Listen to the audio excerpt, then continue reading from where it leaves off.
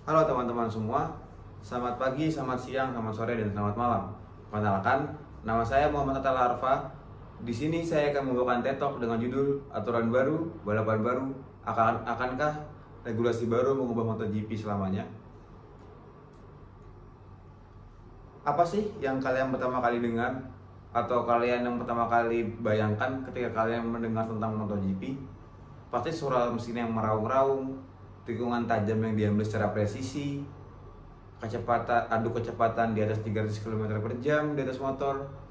Tapi di balik kehebohan itu semua atau di balik kemewahan pedok, ada hal besar sedang terjadi, yaitu MotoGP merubah regulasi pada tahun 2027 secara besar-besaran. Ini bukan cuma bentuk motor atau teknologi baru, tapi juga dari filosofi balapan itu sendiri. Hal ini terjadi karena satu hal yang menurut penggemar ini sangat penting, yaitu balapan yang membosankan. Jadi di sini mari kita bahas apa saja yang dirubah, kenapa berubah, dan apa dampaknya. Kenapa aturan itu dirubah? Hal pertama yang dipertimbangkan yaitu kondisi lingkungan. Lingkungan di sekitar mendorong semua industri termasuk motorsport untuk mendukung teknologi berkelanjutan. Jadi mau tidak mau MotoGP harus mengikuti perkembangan yang sudah ada. Lalu yang kedua ada biaya pengembangan tim. Biaya pengembangan motor yang dilakukan oleh tim. Sekarang ini biaya pengembangan motor ini sangat gila-gilaan bagi tim-tim besar, karena tim-tim besar ini memiliki anggaran yang tidak bisa dibilang tidak terbatas untuk pengembangan motor. Tapi bagaimana dan apa yang terjadi dengan tim-tim kecil? Nah, disinilah terjadinya kesenjangan sosial, kesenjangan pada saat balapan. Karena untuk setiap balapan, pembalap itu harus memiliki data, memiliki riset data dari misalnya dari latihan bebas atau dari kualifikasi atau dari sprint race atau dari tahun lalu atau data motor teman timnya dan lain sebagainya. Kalau misalnya tim tidak bisa memenuhi itu, maka pembalap tidak ada bayangan atau tidak ada gambaran pada saat balapan nanti, seperti itu. Lalu yang ketiga ada relevansi. Fans-fans MotoGP lahir dan bertumbuh dari isu lingkungan. Mereka tidak cuma ingin balapan yang seru, tapi juga ingin balapan yang memiliki nilai. Itu kenapa MotoGP mengubah aturan atau regulasi pada tahun 2007 nanti. Lalu kita bahas apa saja sih yang berubah. Yang paling menonjol dari perubahan regulasi ini yaitu kapasitas silinder atau cc yang tadinya 1000 cc turun menjadi 850 cc. Ini membuat motor menjadi lebih liar karena motor ini ringan dan memiliki tenaga yang besar.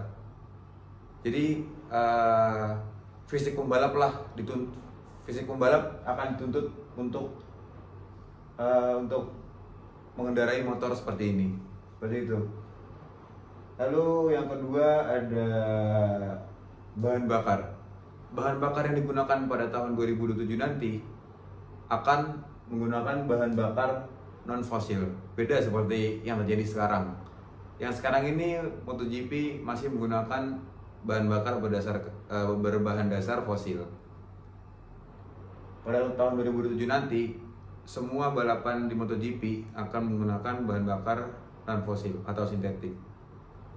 Di sini MotoGP berusaha menjadi pioner motorsport dalam penggunaan bahan bakar non fosil. Lalu ada lebar dan panjang dari motor tersebut. Pada saat ini pengembangan motor itu ditentukan oleh aerodinamis yang menyebabkan motor itu menjadi lebar, menjadi panjang. Sejujurnya itu sangat bahaya dan banyak pembalap yang tidak setuju dengan adanya winglet pada saat-saat pada saat awal-awal Wingate keluar, banyak sekali pembalap MotoGP yang menentang hal itu karena dianggap membahayakan seperti itu. Sekarang tim-tim ini mengembangkan motornya dengan memikirkan bagaimana mendapatkan downforce sebesar-besarnya untuk masuk tikungan, keluar tikungan, untuk lurusan, dan untuk mendapatkan slipstreaming dari pembalap di depan. Lalu yang berubah ada elektronik. Elektronik yang berubah di sini bisa saya kasih contoh, misalnya seperti launch control, wheelie control, traction control. Itu semua bisa dihilangkan atau mungkin bisa saja dibuat lebih manual. Buat teman-teman yang belum tahu traction control itu apa, traction control itu merupakan elektronik yang bekerja untuk membaca ban supaya tidak terjadi spin pada saat buka throttle. Lalu kalau wheelie control itu sama elektronik seperti traction control tapi kerjanya beda. Kalau wheelie control ini membaca supaya motor tidak wheelie pada saat membuka gas, wheelie atau standing seperti itulah. Lalu launch control. Launch control ini elektronik yang sangat-sangat membantu untuk pembalap pada saat melakukan start.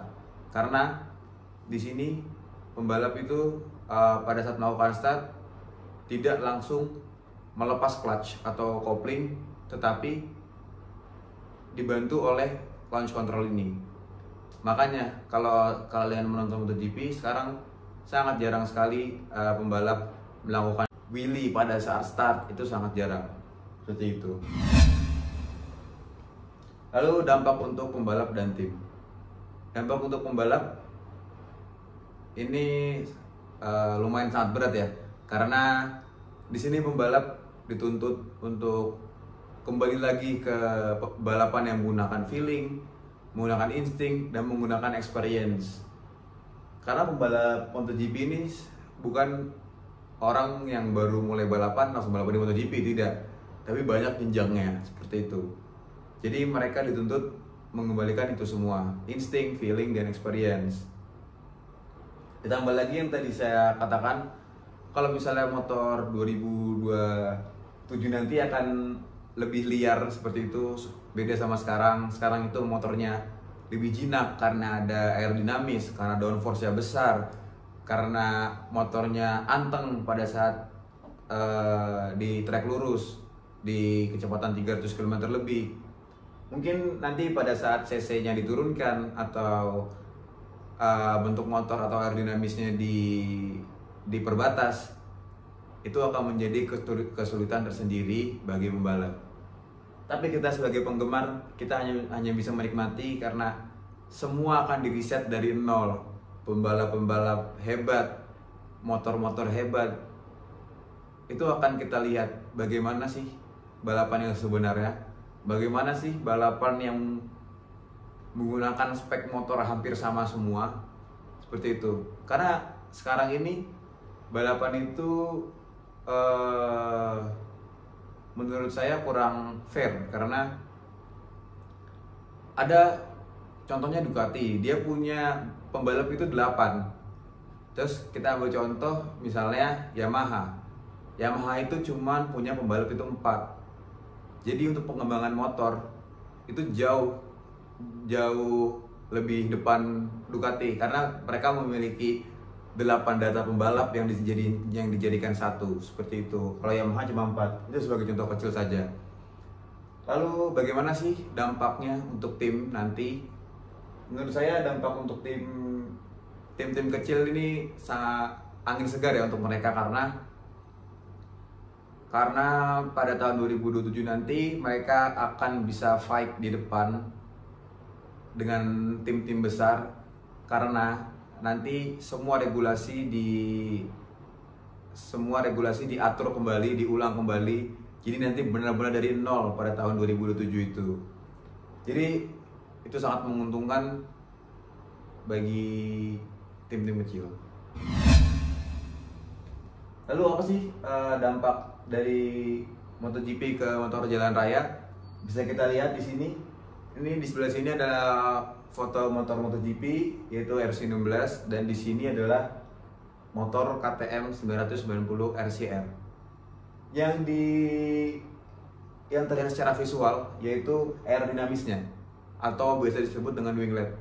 Di sini MotoGP itu mengembangkan winglet itu sekitar tahun 2013 sampai 2015 seperti itu.